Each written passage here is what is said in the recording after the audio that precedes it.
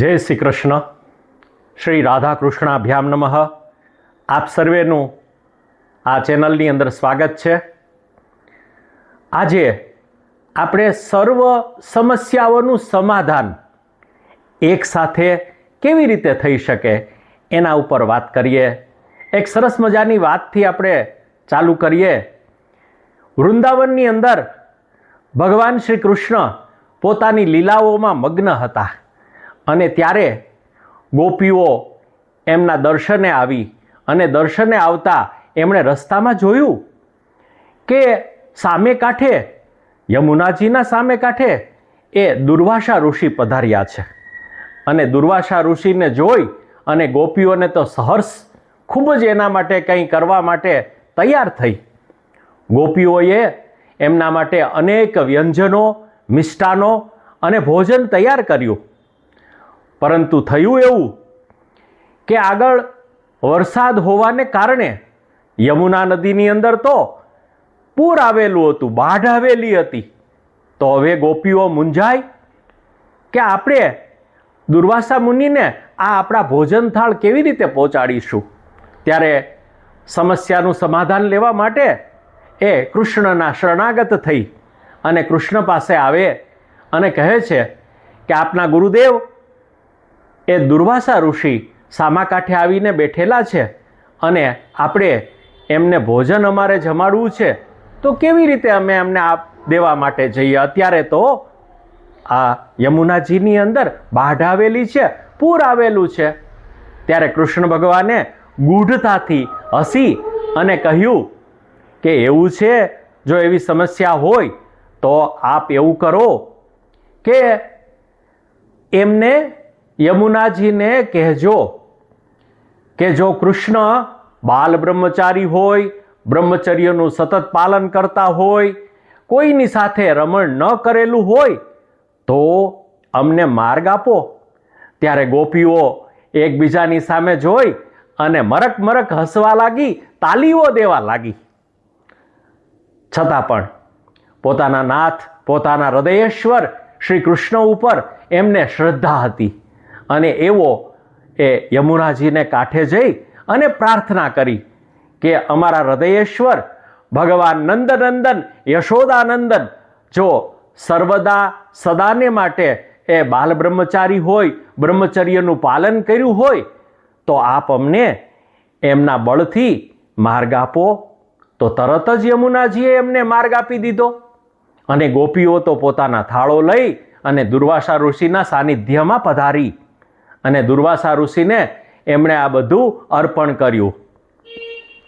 દુર્વાસા ઋષિ તો થોડું થોડું બધામાંથી લઈ અને તૃપ્ત થયા અને કહ્યું, મેં મારી રીતે લઈ લીધું છે, આપ હવે આ થાળ લઈ જાઓ. ત્યારે ગોપીઓને સંકોચ થયો. એમને એમ થયું કે અમારા થાળમાંથી તો હજી લીધું નથી, અમે આ વાનગી બનાવી છે, આ વ્યંજન બનાવ્યું છે, આ મિષ્ટાન બનાવ્યું છે, એ તો તમે ક્યાં ખાધું? ગોપીઓનો આવો સરસ મજાનો પ્રેમ વિભોર ભાવ જોઈ અને દુર્વાસા ઋષિ એ પૂર્ણ રીતે બધા જ જે ભોજન હતા એ આરોગી ગયા અને ગોપીઓને કહ્યું કે હવે સંતોષ થયો. ત્યારે ગોપીઓ ખૂબ રાજી થઈ, ખૂબ જ હર્ષિત થઈ. પણ સમસ્યા એ હતી કે હવે ફરીથી આ નદી ઓળંગી કેવી રીતે પેલે પાર જવું, પોતાના ઘરે કેવી રીતે જવું? ત્યારે દુર્વાસા ઋષિના ચરણમાં એમણે આ પોતાની સમસ્યા સમાધાન માટે મૂકી. ત્યારે દુર્વાસા ઋષિ બોલ્યા કે જો હું અનશનનું વ્રત કરતો હોઉં, એટલે કે હું સદા ઉપવાસી હોઉં, તો હે યમુનાજી મને, અમને લોકોને આ માર્ગ આપજો. હવે ગોપીઓએ તો પોતાના આંખોની સમક્ષ જ આ સર્વ આરોગી જતા દુર્વાસા ઋષિને જોયેલા હતા એટલે એમને હસવું તો આવ્યું, એમને ખૂબ જ આશ્ચર્ય થયું. છતાં પણ શ્રદ્ધા રાખી એમણે યમુનાજીને કાંઠે જઈ અને કહ્યું કે આ દુર્વાસા ઋષિ જો સદાને માટે ઉપવાસી હોય તો અમને માર્ગ આપો. અને આશ્ચર્ય વચ્ચે યમુનાજીએ એમને માર્ગ આપી દીધો. એ માર્ગથી ફરીથી પોતાના ગૃહ તરફ એ પ્રયાણ કરવા લાગી. તો મિત્રો, આપ સર્વેને મારે એ જ કહેવાનું છે કે ભારતીય જ્ઞાન પરંપરા એને આપણે જો સરસ રીતે જાણીએ, એ જ્ઞાનને, એ દિવ્ય જ્ઞાનને જો આપણે ઓળખતા થઈએ તો સરસ રીતે આપણા આ જ્ઞાનના ઉપયોગથી આપણી સર્વ સમસ્યાઓનું નિવારણ આવી શકે એમ છે. કારણ કે આજકાલ તો સર્વેને હતાશા, નિરાશા, ડિપ્રેશન, ડિસએપોઇન્ટમેન્ટ આ બધું જ આપણા જીવનમાં સતત આપણને ઘેરી રહ્યું છે. તો આ સમસ્યાઓમાંથી કેવી રીતે બહાર આવવું? તો એના માટે આપણી જે ભારતીય જ્ઞાન પરંપરા છે એમાં શ્રીમદ ભાગવત છે, શ્રીમદ ભગવદ્ ગીતા છે, ઉપનિષદો છે, આપણા ગ્રંથો છે, પુરાણો છે અને વેદો છે.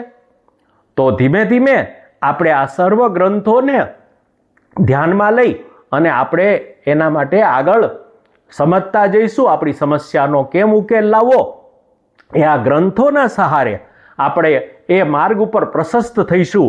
તો ફરીથી આપણે જોડાઈશું. આપે આ માટે જોડાયા એ માટે ખૂબ જ ભગવાનની કૃપા સાધ્ય આપ સર્વે છો એવું માની અત્યારે વિરમું છું. ધન્યવાદ.